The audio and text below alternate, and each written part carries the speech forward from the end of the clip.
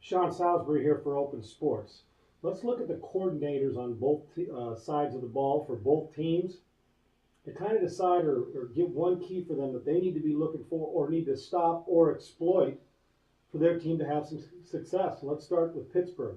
On the defensive side is a man who's been in football for 50 plus years. Amazing football player, amazing coach, Dick Lebeau, one of the originators of that 3-4 defense and able to keep you guessing. And once again, I'll mention it again, and I know I've said it, I think last week, the defensive lineman in a zone blitz scheme. So you people understand that what zone blitz is. It's lining up and having like a defensive lineman drop into coverage while a linebacker or a secondary guy blitzes. So what the offense is thinking about when that happens is, oh my gosh, there's a blitz, so I got to throw hot, I got to go throw a side adjust. Or the offensive lineman who was supposed to block his defensive tackle or his nose guard or his defensive end lunges and tries to get his guy or waits for his guy, and his guy drops, and so he's got to pick up the guy that is coming because that'll be his blocking assignment, and he's too late to get there, hence there's a sack, the confusion that's created. And another thing, if you don't get a sack and your offensive lineman's able to get to the guy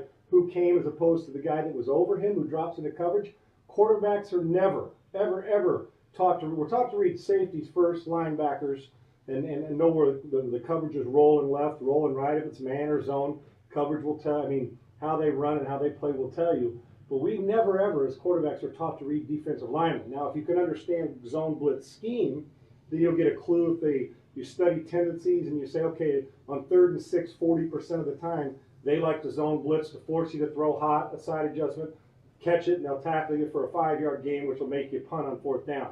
So as an offensive player, you got to have a great understanding of what zone blitz is. And Pittsburgh's as good as there is in the business and has been for years at running this zone blitz. And Dick Lebeau is as good as we've ever had teaching it.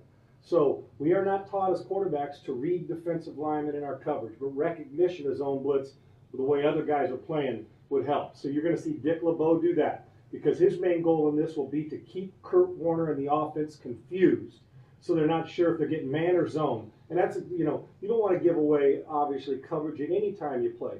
But this team is particularly important because Kurt Warner is a special player in the pocket and got great accuracy.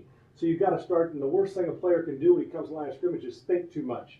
You need to react in this business. Thinking is done when you study film and doing all that. Now you got to be a thinking man's player but understand what's going on, but you react because if you've seen it enough, oh, there's 3-4 defense, the end is dropping into coverage, the outside linebacker's coming. I know that. I don't have to throw a side adjust hot. Let me continue my drop back and get it going.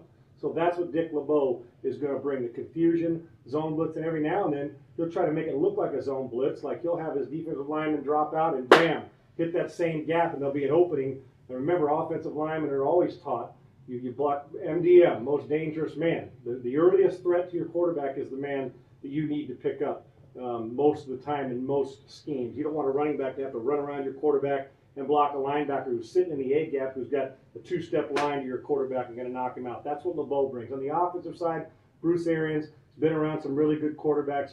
His challenge is going to be, is Hines Ward fully healthy enough to make a difference, whether it's just blocking, because he can make that difference, or receiving also. So it's going to be his job. He's going to have two, I don't want to say different game plans, because you're not going to do that, but he's going to have 2 different packages when it comes to throwing the ball and how you're going to deploy your offensive people. Because Hines Ward, former MVP in the Super Bowl game, is that kind of guy. He's one of those guys that, wants to knock you out blocking, can make a difference without the ball in his hands. But you're going to have a couple different schemes if, in fact, the injury on the knee keeps Hines Ward on the sidelines or doesn't let him play as effective.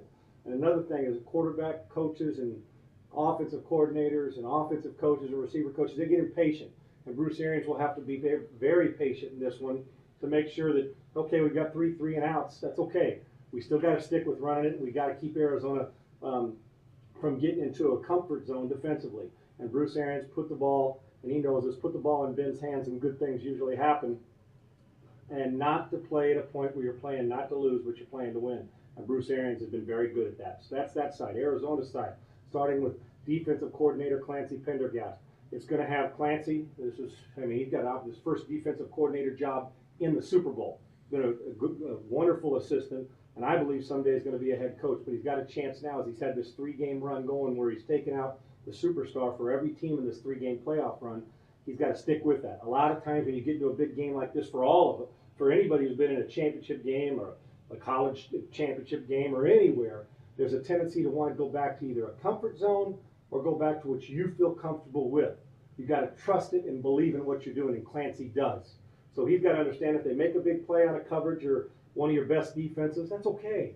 Come back and your defense can make the play next time. So look for Clancy's consistency and his ability to do everything he can to take out the other team's superstar. That will be his job, and if he does that and sticks with that trust factor and what he's trusted in calling these defenses in the playoffs, he'll be in good shape. And finally, Todd Haley, offensive coordinator. First of all, I love him because he doesn't take any crap from players, but he also understands how to stay focused. And it's one thing to be a smart offensive coordinator and a smart coach and have great smarts in the classroom and study and a great memory. It's another thing to be able to stick to it and call a great game. There's some really good coordinators or teachers that when it comes time to the pressure of calling a game aren't very good.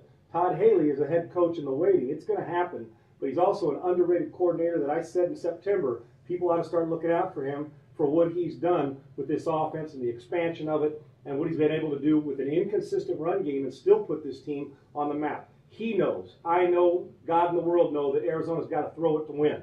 They've got to throw it to win.